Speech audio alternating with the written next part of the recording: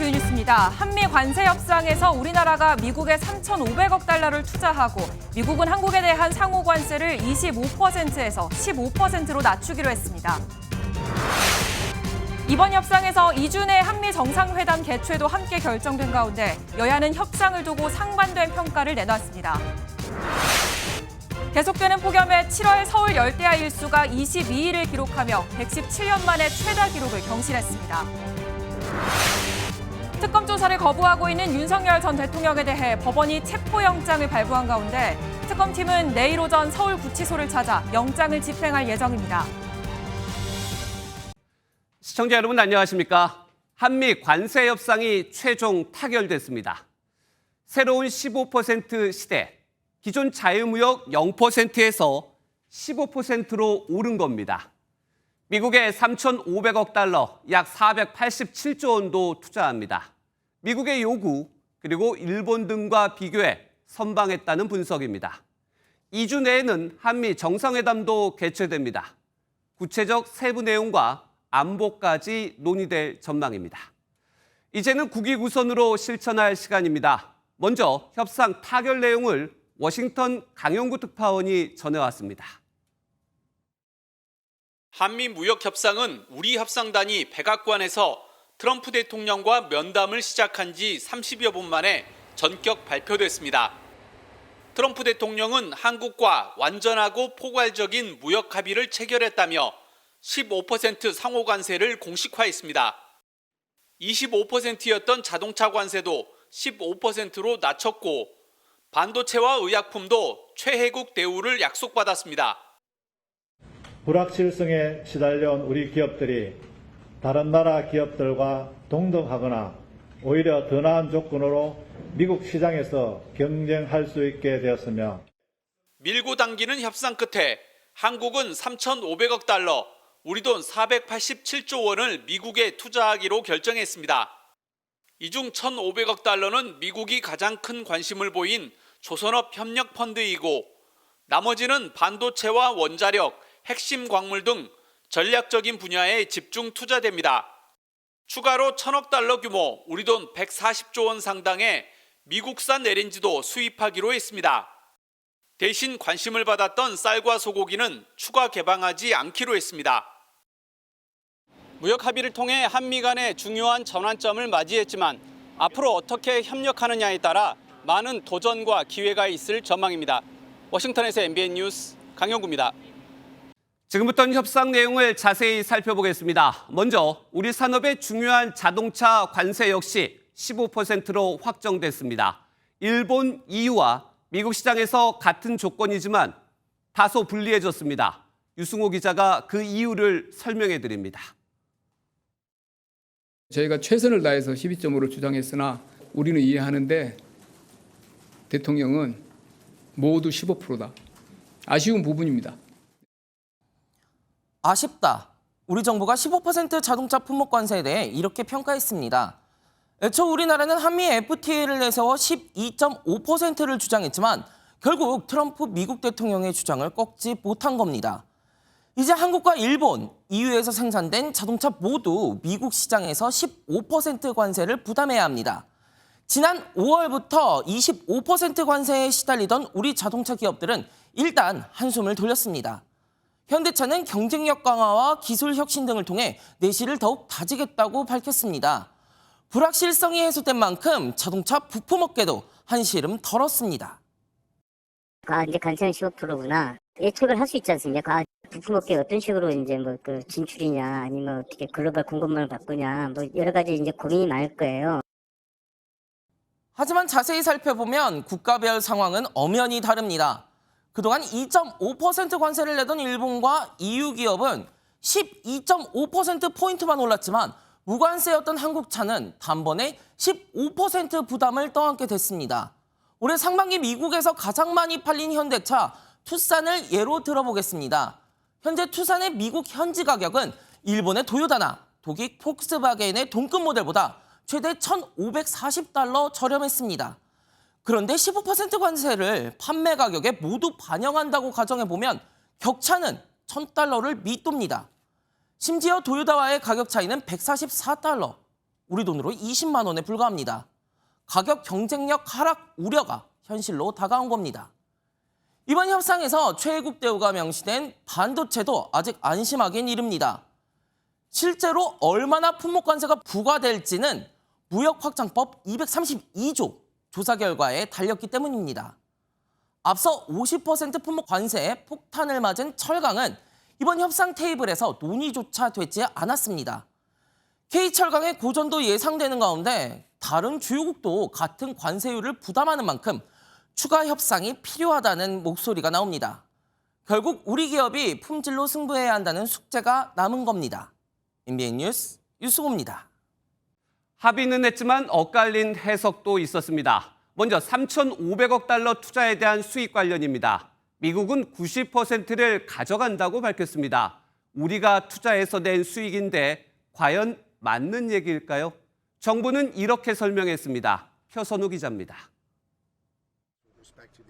하워드 러트닉 미 상무장관이 관세 협상 타결 후 SNS에 올린 글입니다. 한국이 미국에 투자하기로 한 3,500억 달러에서 발생한 투자 수익의 90%는 미국이 가져간다고 적혀 있습니다. 펀드 수익 구조를 두고 논란이 불거지자 대통령실이 진화에 나섰습니다. 대통령실은 펀드 구조 자체가 정해지지 않아 누가 얼마나 투자해 얼마를 가져가는지 결정된 게 없다고 설명했습니다. 미국 측의 90% 표현에 대해선 펀드 수익이 미국에 다시 투자되는 상황을 염두에 두고 사용한 단어일 수 있다고 추측했습니다. 앞으로도 수익의 90%를 미국이 가져가는 상황은 벌어지지 않을 것이라고 강조했습니다.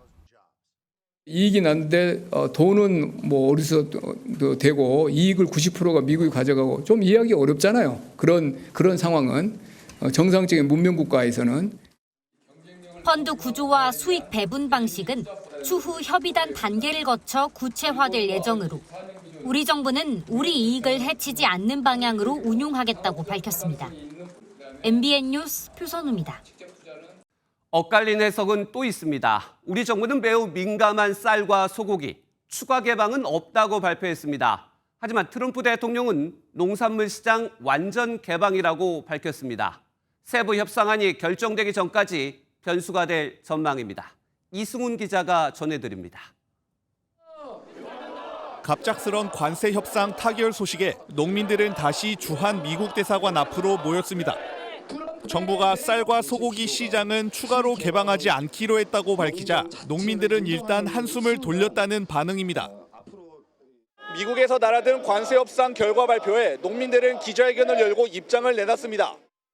먹거리 부분에서는 안심이 됩니다만 세부적인 협상 내용을 저희들이 더 지켜봐야 할 것 같습니다. 협상 초기부터 미국 측은 쌀과 소고기 수입 확대를 강력하게 압박했습니다. 이에 정부는 식량 안보와 국내 농업의 민감성을 강조하며 방어했습니다. 이 과정에서 양국은 한때 고성까지 오갔던 것으로 전해졌습니다. 협상팀은 특히 2008년 광우병 집회 때 광화문에 모인 시민들의 사진을 보여주며 국민적 반대에 부딪힐 것이라고 설득했습니다. 식량 안보와 우리 농업의 민감성을 감안해 국내 쌀과 쇠고기 시장은 추가 개방하지 않는 것으로. 하지만 트럼프 미국 대통령이 SNS에 한국이 시장을 완전히 개방할 것이며 농산물도 수입하기로 했다고 언급한 만큼 아직 변수는 남아 있습니다. 앞서 미일 협상에서도 일본의 쌀 수입 확대와 관련해 양국이 이견을 보였던 만큼 2주 뒤 열릴 한미 정상회담에서의 세부 협상안을 지켜봐야 한다는 의견도 나옵니다. MBN 뉴스 이승훈입니다. 이번 협상 타결에서 가장 크게 기여한 부분은 바로 마스가 프로젝트였습니다. 우리 기업이 미국 조선업을 부흥시키는 겁니다. 이로 인해 우리에게도 200조 원대 신규 시장이 열렸습니다. 이상엽 기자가 보도합니다. 구윤철 경제부총리는 한미 관세 협상 결과 브리핑에서 관세 협상 타결에 마스가 프로젝트가 기여했다고 밝혔습니다. 오늘 합의에 이르도록 가장 큰 기여를 한 부분이 마스가 프로젝트라고 생각합니다. 우리나라가 미국에 투자하는 3,500억 달러 중 1,500억 달러가 투입되는 마스가 프로젝트는 미국 조선업을 활성화하는 내용이 담겼습니다. 미국 내 신규 조선소 건설과 선박 제작, 관련 인력 양성과 조선 관련 공급망 재구축, 유지 보수 등을 포괄하는 대규모 투자 계획입니다. 미국 내 조선소 인수와 시설 투자, 그리고 선박을 수주할 때 내는 보증금의 기금이 쓰일 예정입니다. 트럼프 미국 대통령은 해군력을 늘리겠다는 의지를 밝혀왔지만 조선업 쇠퇴로 군함을 만들기 어려웠습니다. 한국의 기술과 투자를 받아들여 미국 내 군함 생산 능력을 늘리겠다는 것이 트럼프 행정부의 계획입니다. 지금까지 미국 조선 시장은 미국 정부의 규제로 외국 기업이 진출할 수 없었지만 마스가 프로젝트가 시행되면서 제한이 사라졌습니다. MBN 뉴스 이상엽입니다. 좋은 합의라도 세부적인 실천, 그 디테일에서 여러 가지 변수와 악영향이 발생할 수 있습니다. 바로 디테일의 악마. 그래서 세밀한 대응이 중요합니다. 시장의 반응, 명암이 엇갈렸습니다. 자동차는 우려가 나왔고 조선업은 훈풍을 달았습니다. 강서영 기자가 전해드립니다. 한미 관세 협상이 타결됐지만 코스피는 전날보다 0.28% 하락한 3,245로 장을 마쳤습니다. 장 초반엔 불확실성이 사라졌다는 평가 속에 3,288까지 치솟았지만 주식 관련 세금이 늘어날 수 있다는 시장의 우려가 분위기를 반전시키면서 6거래일 연속 이어지던 상승세가 꺾인 겁니다. 다만 협상 타결의 여파는 업종별로 달랐습니다. 관세 15% 부과에 대한 실망감이 나타난 자동차 업종은 4.15% 하락했습니다. 반면 조선업은 4.09% 올랐고 특히 한화오션 주가는 13%나 급등했습니다. 1,500달러에 달하는 조선협력펀드에 대한 기대가 반영된 것으로 보입니다. 트럼프 대통령도 한국 조선업 능력을 높이 평가하면서 미국 내 선박 건조가 최대한 빨리 이루어질 수 있도록 원달러 환율은 외환 시장에서 1,380원에서 1,390원 사이를 오르내리다 3.9원 오른 1,387원에 낮 시간 거래를 마감했습니다. 관세 협상 타결에도 미 연방준비제도가 기준금리를 동결하면서 달러 강세 현상이 나타난 영향입니다. 환율은 좀 변동성이 커질 시기인 것 같아요. 그 FMC도 있었고 생각보다 매파적인 발언, 파월의 의장 인식이 조금 드러난 영향 때문에 기획재정부는 환율과 관련해선 미국 재무부와 별개로 협의하고 있다고 밝혀 이 결과에 따라 방향성이 잡힐 것으로 보입니다. MBN 뉴스 강서영입니다. 임기 2달여 만에 성과를 낸 이재명 대통령은 큰 고비를 넘었다며 후속 대책을 지시했습니다. 협상 과정에서의 어려움을 털어놓으면서 이가 흔들릴 정도였다고 속내도 드러냈습니다. 장가희 기자가 보도합니다. 이재명 대통령은 한미 관세 협상 타결에 대해 만족할 만한 정도는 아니라면서도 큰 고비를 하나 넘었다고 평가했습니다. 통상 환경의 불확실성이 상당 부분 해소됐다고 평가됩니다. 한미 양국의 경제 협력 그리고 동맹 관계도 한층 더 공고해질 것으로 기대합니다. 미국 관세를 주요 대미 수출 경쟁국보다 낮거나 같은 수준으로 맞췄다며 촉박한 기간과 녹록지 않은 여건에서 국익을 최우선으로 협상에 임했다고 강조했습니다. 이어 국제 통상 질서 재편이 가속화될 것으로 생각된다며 각 부처의 후속 대응도 주문했습니다. 이 대통령은 협상에 관여한 공직자들이 고생했다는 말을 거듭 전하면서 이번 협상을 계기로 국력을 키워야겠다는 생각을 했다고도 밝혔습니다. 대통령이 전면에 나서지 않았다는 비판을 의식한 듯 본인도 협상 전략을 위해 말을 아끼고 있었다며 고충을 털어놓기도 했습니다. 제가 이빨이 흔들려가지고 사실 내가 말을 안 해서 그렇지. 가만히 있으니까 진짜 가만히 줄 알고 말이에요. 대통령실은 이 대통령이 사실상 24시간 보고를 받으며 상황을 지휘했다고 설명했습니다. MBN 뉴스 장가입니다. 이번 협상에서 성과 가운데 하나는 2주 안에 현 정부 첫 한미 정상회담 성사입니다. 언제 어떤 논의가 이루어질지 이주일 기자가 전해드립니다. 관세 협상 직후 트럼프 대통령이 SNS에 올린 글입니다. 무역 합의 소식을 전하며 한미 양자 정상회담 계획을 예고했습니다. 향후 2주 내 백악관 등을 언급하며 시기와 장소를 못 박았습니다.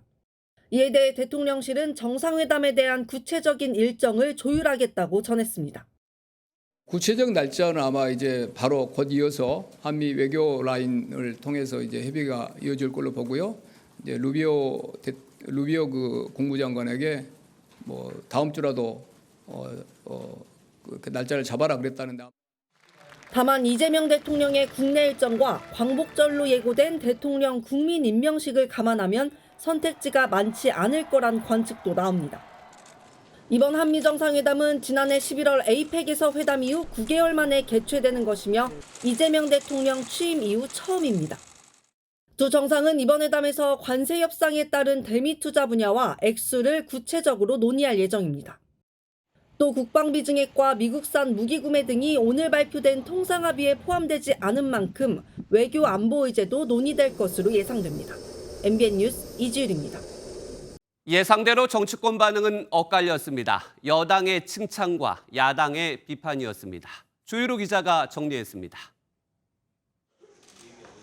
민주당은 국민의 기대에 응답한 값진 성과라며 이제 국회가 답할 시간이라고 밝혔습니다. 대통령의 말씀처럼 이번 협상을 통해 한미 간의 산업협력은 더욱 강화되고 한미 동맹도 더욱 확고해질 것입니다. 쌀과 소고기의 추가 개방은 없다는 정부 발표에 대해선 국민의 먹거리 안전과 식량 안보를 지키고 대미 수출 불확실성도 해소했다고 평가했습니다. 쌀, 쇠고기 등 농축산물 시장 개방을 확대하라는 미국의 거센 압박을 막아낸 이재명 정부 협상단의 노고에도 박수를 보냅니다. 반면 국민의힘은 시간에 쫓겨 양보한 결정이라고 평가절하했습니다.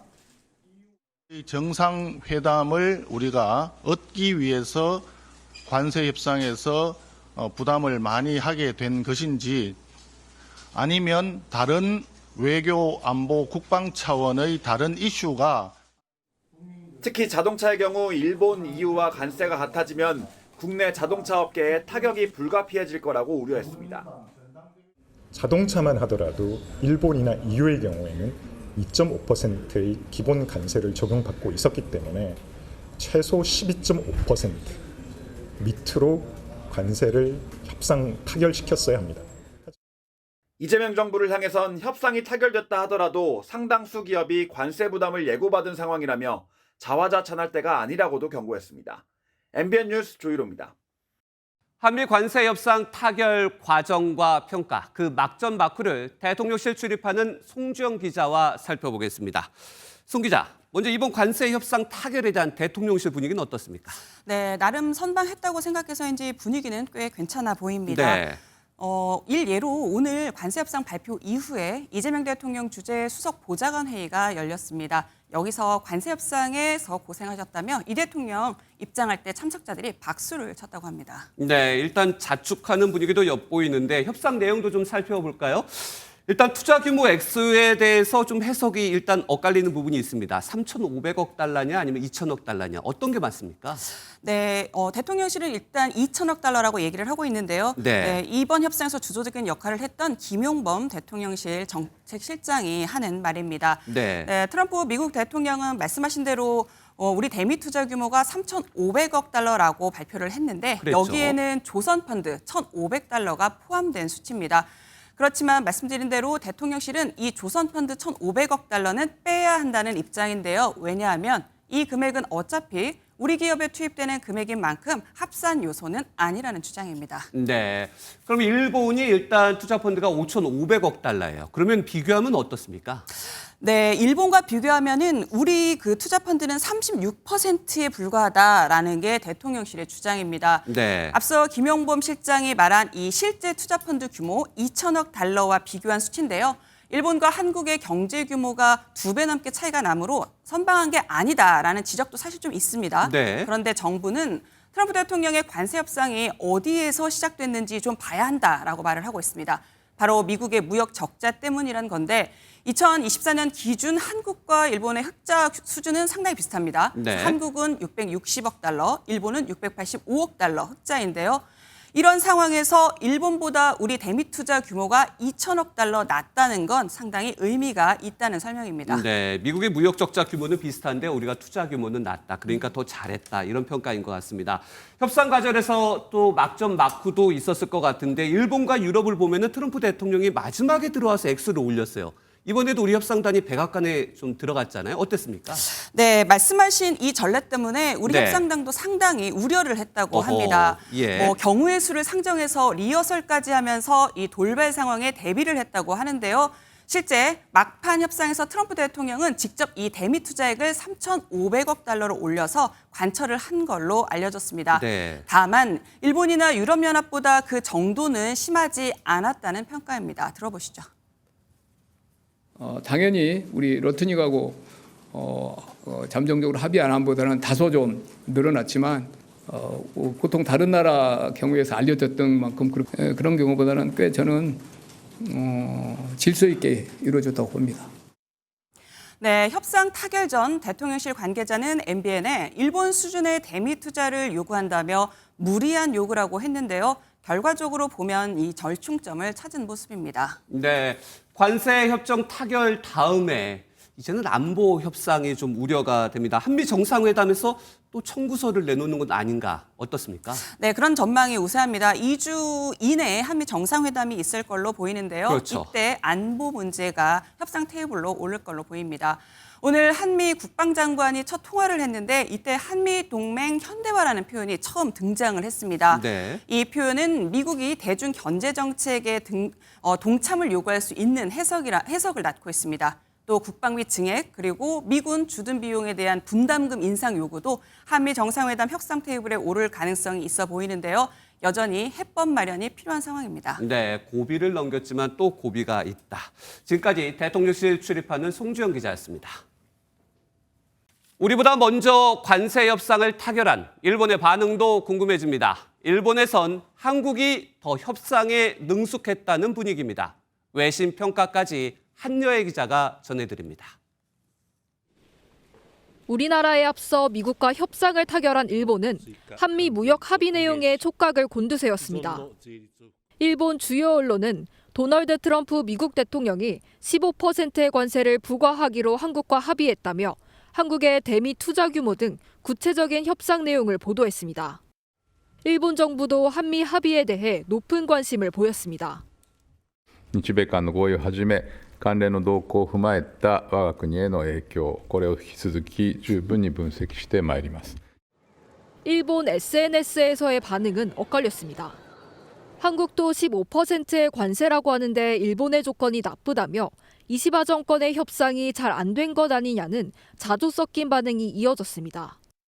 반면 GDP 대비로 보면 한국이 더 많은 부담을 진 것이라는 평가도 나왔습니다. 주요 외신들도 이번 타결을 일제히 보도했습니다. 뉴욕타임스는 한국은 GDP의 44%를 수출에 의존하는 만큼 관세 충격이 더 클 수 있다고 분석했습니다. 파이낸셜 타임스는 일본과 달리 이미 FTA를 체결해 관세가 거의 없었던 한국 입장에서는 한발 후퇴한 셈이라고 지적했습니다. 한미 간 이번 합의가 일본이나 EU와 유사한 구조긴 하지만 구속력 있는 문서 여부나 투자 이행 방식에 따라 실질적 효과는 달라질 수 있다는 분석도 나오고 있습니다. MBN 뉴스 한여입니다. 연일 더위로 역대 기록을 깨고 있는 요즘 말 그대로 역대급 더위입니다. 6, 7월 평균 기온 역대 가장 높았고요. 7월 한 달간 서울의 열대야 일수도 역대 최다 기록을 깼습니다. 그런데 8월도 계속 덥습니다. 강세현 기자입니다. 서울의 지하차도 공사 현장에 땡볕이 내리쬐입니다. 서울 낮 최고 기온은 34.6도였지만 현장 기온은 10도나 더 높습니다. 1시간 정도 야외에서 취재하자 온몸이 땀으로 젖습니다. 한번 제 체온을 재보겠습니다. 정상 체온 36.5도보다 약 2도가량 높게 나타나는데 어지럼증을 느낄 수 있는 수치입니다. 한낮엔 더위를 피해 기온이 낮은 지하에서 일하고 틈틈이 선풍기나 에어컨이 작동하는 쉼터에서 쉬며 체온을 낮춥니다. 올해가 많이 더운데 얼음 그런 게 많이 얼려 있어서 이제 그런 거 먹고 덥다 싶으면 휴게실에 에어컨이 다 돼 있으니까 쉬고 그래요. 6월과 7월 전국의 일 최고 기온 평균은 30.1도로 역대 가장 높았습니다. 밤에도 열기가 식지 않으며 밤 최저 기온 평균 역시 1위를 기록했습니다. 서울은 7월에 22일이나 열대야가 발생해 관측 시작 117년 만에 가장 많은 열대야 일수를 나타냈습니다. 낮 폭염 밤 열대야 패턴은 다음 주 초까지 이어질 전망입니다. 전국 대부분 지역에 폭염경보가 발효 중인 가운데 당분간 고기압 영향이 지속되면서 무더위가 이어지겠습니다. 8월에도 평균을 뛰어넘는 더위는 계속됩니다. 기상청은 특히 8월 중순부터 고기압의 영향을 받아 평년보다 더울 확률을 60%로 예측했습니다. 비는 평년보다 적게 내릴 것으로 보여 더위를 식히지 못할 것으로 보입니다. MBN 뉴스 강산입니다. 이렇게 폭염이 계속되면 찾아오는 불청객 중 하나가 바로 녹조입니다. 수도권 식수원인 북한간 소양호에 올해도 녹조가 발생했습니다. 앞으로 더 덥다는데 그럼 녹조도 더 심해지겠죠. 장진철 기자가 현장 취재했습니다. 소양강 상류 넓은 호수가 녹차가루를 부어놓은 것 마냥 녹색으로 변했습니다. 올해도 또 녹조가 발생한 겁니다. 배를 타고 들어가 녹조를 흩어보지만 근본적인 해결법은 없습니다. 물에서는 코를 찌르는 악취가 진동합니다. 강 바깥의 기온은 이렇게 40도가 넘었습니다. 물 안에 들어오면 시원함을 느껴야 되는데 오히려 따뜻하다는 말이 더 가까운 것 같습니다. 이렇게 물을 떠보면 녹색 알갱이가 잔뜩 담겨져 나옵니다. 오늘 측정한 소양호의 수면 온도는 33도. 폭우 뒤 열흘 만에 10도 가까이 올랐습니다. 지난 폭우에 퇴비 같은 오염원이 한꺼번에 쓸려 내려온 다음 곧바로 폭염이 이어지면서 녹조 발생을 앞당긴 겁니다.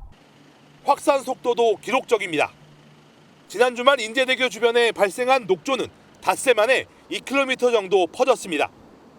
독성 물질을 내뿜는 유해 남조류가 1ml당 6,300개에 달해 녹조 관심 수준에 다가섰습니다. 근데 지금 진짜 전초전이야 이제. 앞으로 더 많이 생겨요. 우리 어민들한테 생긴 지장이 엄청나게 많죠. 물고기 일단 안 잡힙니다. 녹조 때문에. 소양호 상류에 녹조가 발생한 건 올해로 3년째. 올해가 가장 심각합니다. 당분간 비 소식이 없는 데다 폭염 기세는 꺾일 기미가 보이지 않기 때문입니다. 수자원공사는 다만 취수탑까지 50km 넘게 떨어져 있어 수도권 식수에는 아직 문제가 없다고 밝혔습니다. MBN 뉴스 장진철입니다. 러시아 캄차카반도 강진에 일본도 초긴장 상태입니다. 동일본 대지진 트라우마가 여전한 데다 최근엔 7월 대지진설까지 나돌았던 터라 불안이 더 큰 상황인데요. 얼마 전 일본 해변에 이렇게 고래 4마리가 떠밀려 왔는데 SNS에선 이것도 대지진 전조 현상 아니냐는 주장까지 퍼졌습니다. 김태희 기자가 보도합니다. 성인 남성 4-5배 크기의 향유고래 4마리가 일본 지바현 다테야마시 해변에서 좌초했습니다. 이 고래들은 러시아 캄차카에서 규모 8.8 강진이 발생하기 하루 전날 발견됐습니다. 이례적인 집단 고래 좌초에 SNS에서는 지진의 전조 현상 아니냐는 우려가 빠르게 확산하고 있습니다. 실제 2011년 동일본 대지진을 앞두고도 후쿠시마 인근 해변에서 돌고래 수십 마리가 좌초했다는 주장이 나오기도 했습니다. 불안감이 커지면서 쓰나미 경보가 발령된 지역의 일부 시민들은 고지대로 급히 대피했습니다. 職場が海の近くなので、そこで警報を聞いて、職場の方から子供が小さいので帰るように。 러시아 쿠릴열도 인근 안치페로프 섬에서도 지진 전후로 바다 사자 무리가 절벽에서 바다로 몰려드는 장면이 포착되기도 했습니다. 전문가들은 동물들이 진동이나 화학 변화에 반응할 수는 있지만 고래 좌초와 지진의 인과관계는 입증되지 않았다고 강조했습니다. MBN 뉴스 김태희입니다. 대전에서 30대 여성이 전 남자친구에게 숨진 게 불과 이틀 전인데 이번엔 서울에서 60대 중국인 남성이 동거하던 여성을 살해하는 사건이 벌어졌습니다. 이번에도 사건 닷새 전 피해 여성의 경찰 신고가 있었지만 비극을 막진 못했습니다. 최하원 기자가 보도합니다. 경찰차가 빠른 속도로 출동하고 구급차에서 내린 대원들이 현장으로 달려갑니다. 오늘 새벽 3시 20분쯤 서울 가리봉동의 한 건물에서 60대 중국인 남성 A씨가 50대 여성을 살해했습니다. 새벽 3시쯤 경찰차도 오고 119도 왔는데 남자분 나왔는데 팔에 피 좀 많이 나고 A씨와 피해 여성은 동거하던 사이로 주거지에서 범행을 저질렀습니다. 피해 여성은 목과 팔을 다쳐 병원에 이송됐지만 끝내 숨졌습니다. A씨는 경찰에 헤어지자고 하자 피해자가 먼저 흉기를 휘둘렀고 흉기를 빼앗아 공격했다고 진술했습니다. 하지만 경찰은 피해자가 과거에도 A씨에 대해 2차례 신고한 전력을 확인하고 진술의 신빙성 등을 따져보고 있습니다. 피해자는 지난 2023년 6월 넘어져 뼈가 부러졌다며 신고했는데 당시 A씨가 폭행한 사실이 드러나 A씨는 벌금형을 선고받았습니다. 또 사건 발생 닷새 전인 지난 26일에도 누군가 나를 괴롭힌다, 금방 전화하겠다며 경찰에 신고했던 것으로 드러났습니다. 경찰은 신고 경위 등을 듣기 위해 피해자에게 지속적으로 대면 만남을 요구했지만 피해자는 말다툼이 있었지만 풀려서 괜찮다고 답한 것으로 나타났습니다. 피해자의 지속적인 면담 거부 등으로 결국 당시 사건이 종결됐다는 게 경찰의 설명입니다. 경찰은 A씨를 상대로 자세한 범행 경위 등을 조사한 뒤 구속영장을 신청할 예정입니다. MBN 뉴스 최하원입니다. 생후 5개월 된 아기의 호흡이 당장 위태로운데 병원까지 1시간이 넘게 걸린다면 그 부모 마음은 오죽할까요? 이렇게 막막한 순간 경찰 사이카가 등장해 기적처럼 길을 열었습니다. 노승환 기자입니다. 사설 구급차 안에서 의사가 생후 5개월 된 아기를 안고 있고 구급대원은 다급히 어디론가 전화를 겁니다. 폐동맥이랑 고혈압으로 인해서 이제 산소를 안 쓰면 계속 혈압이랑 맥박이 떨어지는 친구였어요. 하지만 병원이 있는 이곳 경기도 부천에서 서울의 더 큰 병원으로 가려면 구급차로도 1시간 20분이 필요했습니다. 이때 경찰 사이카 3대가 출동했습니다. 한 대가 교차로에서 좌회전하는 차들을 막아 구급차에 길을 터주고 다른 교차로에서도 진입하는 차들을 필사적으로 막아 길을 냅니다. 서울로 들어서자 서울경찰청 소속 2대가 가세하면서 모두 5대의 사이카들이 교차로 9개의 신호등을 멈추고 구급차를 통과시켰습니다. 서울 들어가면 교통 상황이 실시간으로 계속 바뀌니까 그래서 공조 요청을 한 겁니다. 어렵게 길을 터나간 끝에 아기를 태운 구급차가 서울대병원 응급실에 도착합니다. 사이카들의 호의 덕분에 구급차는 1시간 20분 걸려 갈 곳을 단 35분 만에 주파했습니다. 제때 치료를 받은 아기는 다행히 큰 위기를 넘기고 회복하고 있습니다. MBN 뉴스 노승환입니다. 김건희 특검 수사 소식으로 이어갑니다. 더불어민주당 의원들이 윤석열 전 대통령이 수감된 서울구치소를 찾았습니다. 윤 전 대통령이 특검 소환에 불응하자 직접 상황을 확인하겠다는 건데요. 구치소 측은 수사를 받지 못할 정도로 건강이 나쁜 건 아니라고 밝혔습니다. 정태진 기자입니다. 민주당 3대 특검 대응 특위 위원들이 윤석열 전 대통령이 수감된 서울구치소에 모였습니다. 윤 전 대통령의 특검 소환 조사 불응 상황을 따져 묻겠다며 현장 점검에 나선 겁니다. 의원들은 건강 문제로 수사를 받기 어려운 상황인지 의료진에게 물었습니다. 현재 수사를 받지 못할 정도로 크게 건강 상태가 악화되지는 않은 것으로 판단된 조사라든지 그런 거에 재판에 가고 이런 거에 있어서 큰 문제점은 없어 보이기는 합니다.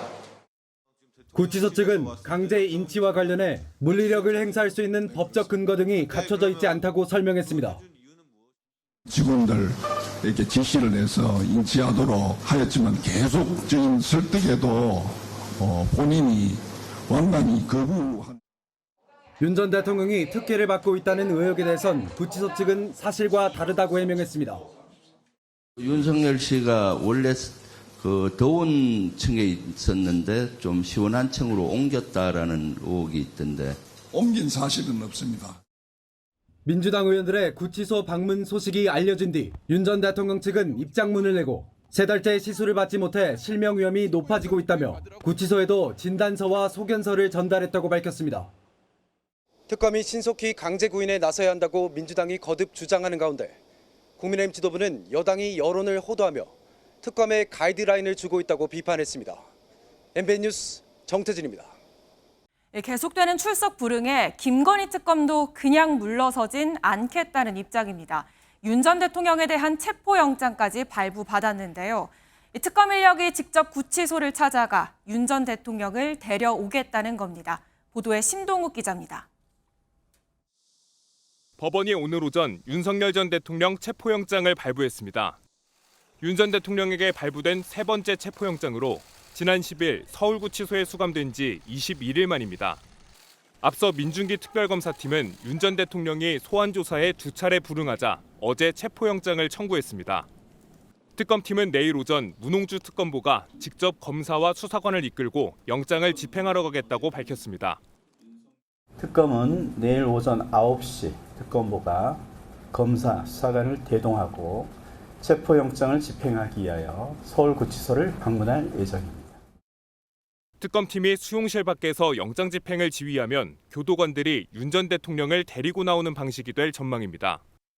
다만 앞서 조은석 특검팀이 구치소 지휘를 통한 강제 구인에 실패한 만큼 윤 전 대통령이 이번에도 순순히 응할지는 미지수입니다.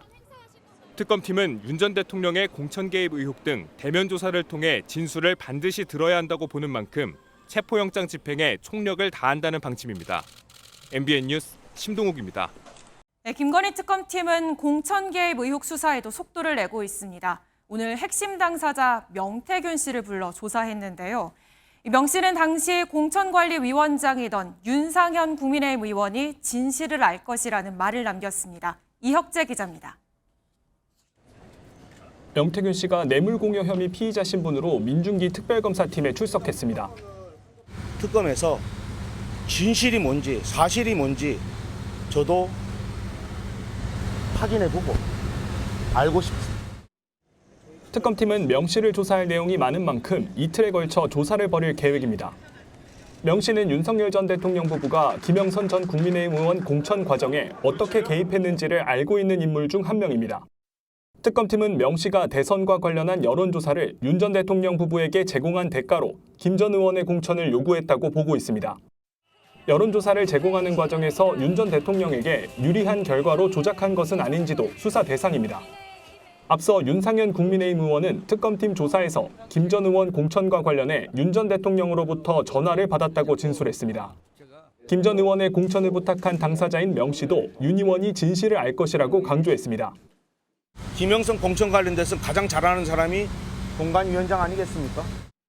특검팀은 명 씨를 상대로 김 전 의원 공천 요청이 어떤 경로로 당시 국민의힘 공천관리위원회로 향하게 됐는지 집중 추궁한 것으로 전해졌습니다. 또 김상민 전 부장검사 공천 경위 등 윤 전 대통령 부부가 관여했다는 의혹 전반을 모두 살필 것으로 보입니다. MBN 뉴스 이혁재입니다. 네, 그런가 하면 건진법사 청탁 의혹 수사에선 국민의힘 권성동 의원이 등장합니다. 건진법사를 통해 김 여사에게 명품을 건넸다는 전직 통일교 간부 윤모 씨가 구속됐는데요. 그 구속영장 청구서에 이 특검은 통일교 측이 권 의원에게 억대의 불법 정치 자금을 줬다는 내용을 담았습니다. 이 내용은 노하린 기자가 보도합니다. 혐의는 인정하셨나요? 김건희 여사한테 목걸이는 어떤 목적으로 주신 건가요? 건진법사 청탁 의혹의 핵심 인물인 윤영호 전 통일교 세계본부장이 어젯밤 구속됐습니다. 법원은 증거인멸과 도주 우려가 있다며 구속영장을 발부했습니다. 민중기 특별검사팀은 윤 전 본부장의 통일교 현안 청탁이 2022년 5월 윤석열 정부 출범 이전부터 진행됐던 것으로 보고 있습니다. 윤 전 본부장의 구속영장 청구서에 따르면 청탁은 2021년부터 2024년까지 이뤄졌고 청탁 대상은 윤석열 전 대통령 부부와 건진법사 전성배 씨 그리고 권성동 국민의힘 의원으로 알려졌습니다. 특검팀은 윤 전 본부장이 권 의원에게 1억 원이 넘는 불법 정치자금을 줬다고 보고 정치자금법 위반 혐의도 적시했습니다.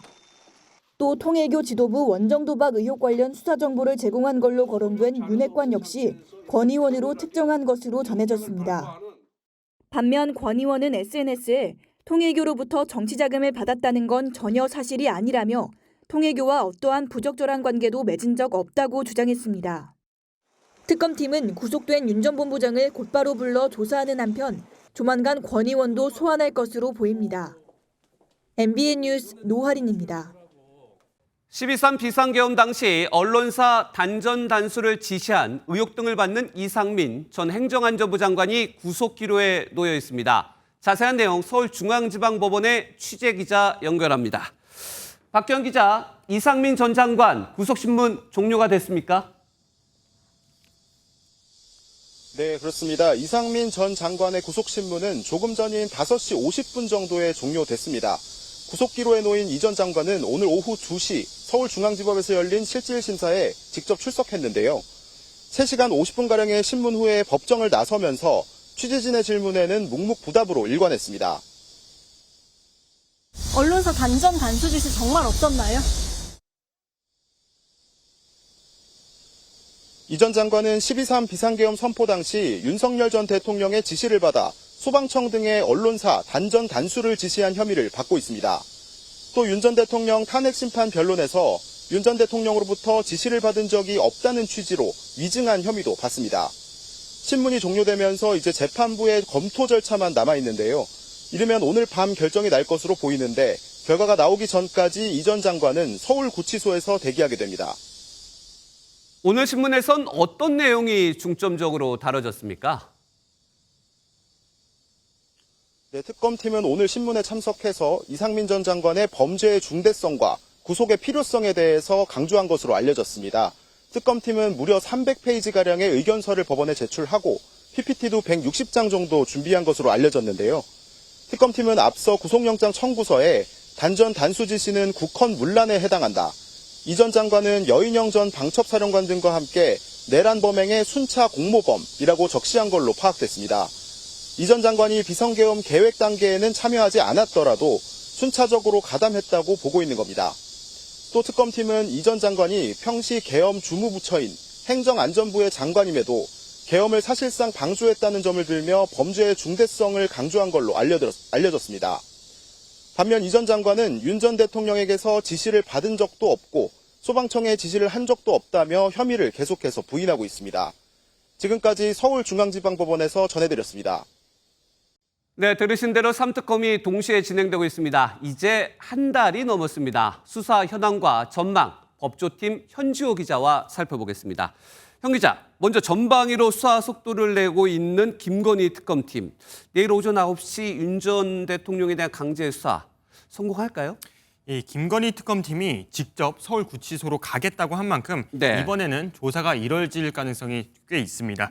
앞서 내란 특검팀의 경우 윤석열 전 대통령을 재구속하는 데는 성공을 했지만 추가 조사가 없이 기소를 했습니다.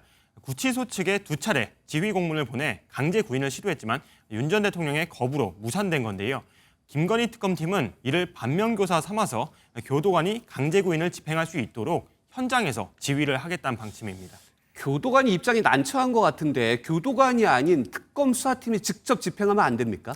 이 특검팀이 직접 집행을 하는 건 법률상 불가능합니다. 형사소송법 81조 때문인데요.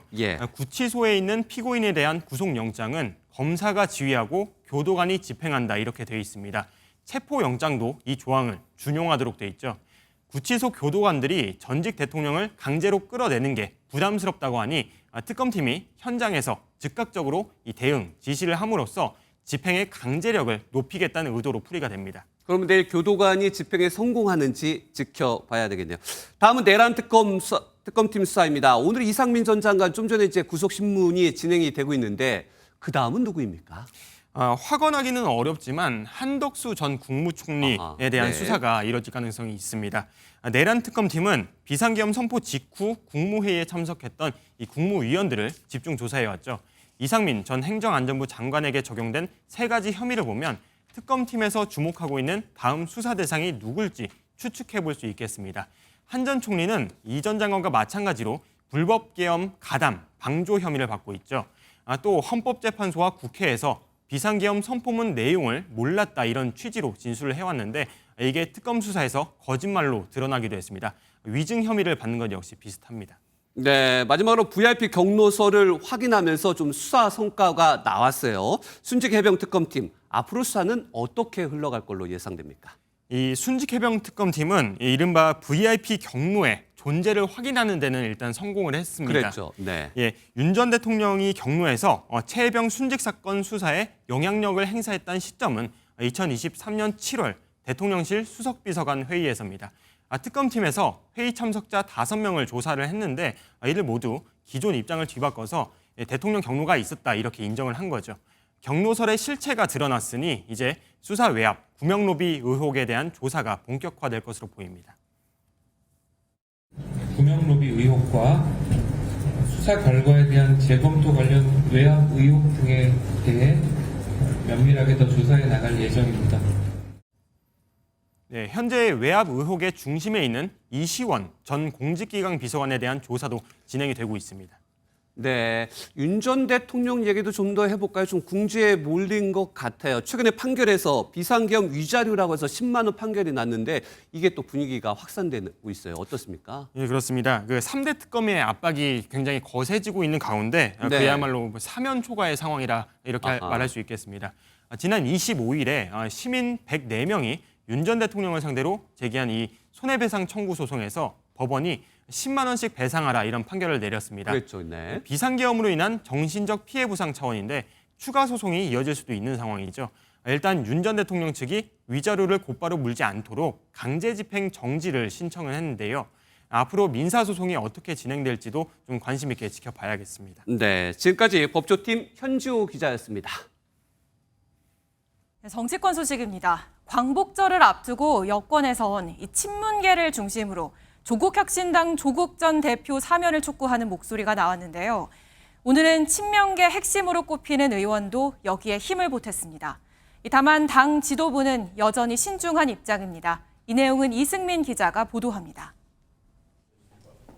지난 9일 우원식 국회의장의 조국 전 대표 접견 이후 친문계 민주당 의원들 사이에서 사면론이 본격적으로 거론되기 시작했습니다. 문재인 정부 청와대 대변인이었던 고민정 의원과 정무수석을 지낸 한병도 의원이 대표적입니다.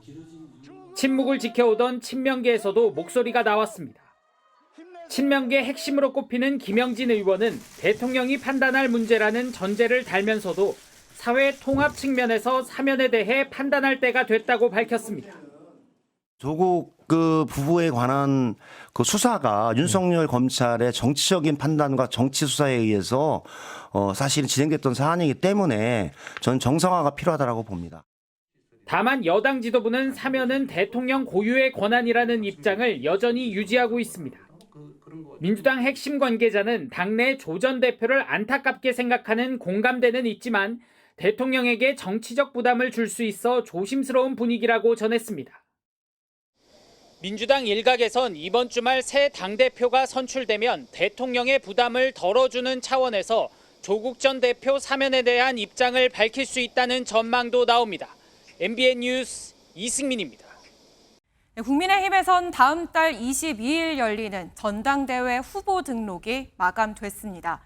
결국 반탄파 대 찬탄파 경쟁 구조가 형성이 됐는데 결과에 따라 범야권 지형에도 큰 변화가 예상됩니다. 자세한 내용은 김현 기자입니다. 국민의힘 당대표 선거는 5파전 양상입니다. 이른바 반탄파인 김문수 전 장관과 재선의 장동혁 의원에 맞서 찬탄파인 6선의 조경태, 4선의 안철수, 그리고 탈개파의 초선 주진우 의원이 경쟁을 펼치고 있습니다. 후보 등록을 마친 장동혁 의원은 한국사 강사 전한길 씨의 보수 유튜브 방송에 출연해 강성 지지층 공략에 나섰습니다. 저는 당대표가 된다면 당의 대표로서 적절한 시점에 저는 면회를 가겠습니다. 저를 극우로 몰았던 분들은 이 극우 정당에 남아 계시지 말고 알아서 나가시라고요. 김문수 전 장관은 극우 논란을 일축하며 선명성 경쟁에 가세했습니다. 전한길 씨가 극우다. 나보고도 극우라는 사람 있죠? 자, 제가 이제 극좌들이 만들어 놓은 이 프레임. 전한길이 무슨 극우입니까? 왜 극우입니까? 나는 그것도 이해해. 전한길이가 어디 폭발물을 던졌습니까? 반면 안철수 의원은 극단 세력으로부터 당을 구해야 한다며 혁신 노선을 분명히 했습니다. 이제 귀에 꽂히는 계몽령 또는 계엄 옹호 그것만 이렇게 주장을 하다가는 결국은 내년 지방선거에서 우리는 필패할 수밖에 없다. 찬탄과 반탄을 둘러싼 후보들의 조직력과 당원 결집력이 최대 변수가 되고 있습니다. 최고위원회는 당 안팎에서 10여 명의 인사들이 도전장을 던졌습니다. 과반 득표자가 나오지 않으면 결선 투표를 치러야 하기 때문에 앞으로 각 진영에서 후보 단일화 등 치열한 전략 싸움이 펼쳐질 것으로 예상됩니다. MBN 뉴스 김현입니다. 이재명 정부가 첫 세제 개편안을 발표했습니다. 이 핵심은 윤석열 정부 감세 정책의 원상복구입니다. 이 법인세율과 증권거래세율을 다시 높이고 이 주식 양도소득세 과세 대상도 늘리기로 했는데 이렇게 되면 앞으로 5년간 이 세금 36조 원을 더 거둘 수 있다는 판단입니다. 홍지호 기자입니다. 2022년 100조 원을 넘었던 법인세 수입은 지난해 62조 원까지 낮아졌습니다. 세율을 낮춰서 투자를 늘리고 세수가 늘어나는 선순환 효과를 기대했지만 결과는 그렇지 않았던 겁니다. AI 등 첨단 산업 투자를 위한 안정적인 세수 확보가 시급해지자 윤석열 정부의 감세 정책을 전면 폐기하기로 했습니다. 약화된 세액 기반의 정상화가 필요합니다. 응능부담 원칙에 맞도록 조세 제도를 운영하고 조세 지출은 필요한 곳에 필요한 만큼 지원하겠습니다. 먼저 전 정부에서 1%포인트씩 낮췄던 법인세율을 원상 복구합니다. 이에 따라 법인세 최고 세율은 25%로 2022년 수준으로 높아집니다.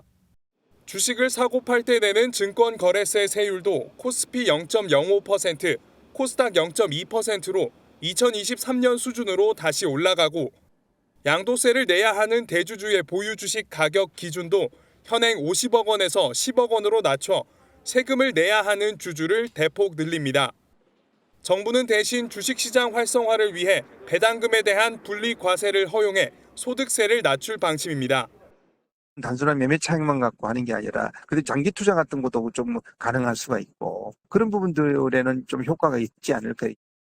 정부는 이번 세제 개편안이 시행되면 5년간 35조 6천억 원의 세금이 더 걷어질 것으로 전망했습니다. MBN 뉴스 홍지호입니다. 50만에 육박하는 다문화 가구, 더 이상 낯설지 않은 시대죠.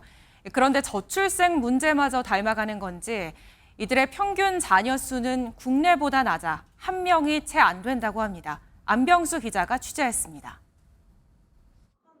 한국인 어머니와 인도인 아버지 사이에서 태어난 초등학교 교사 바수 데비 씨.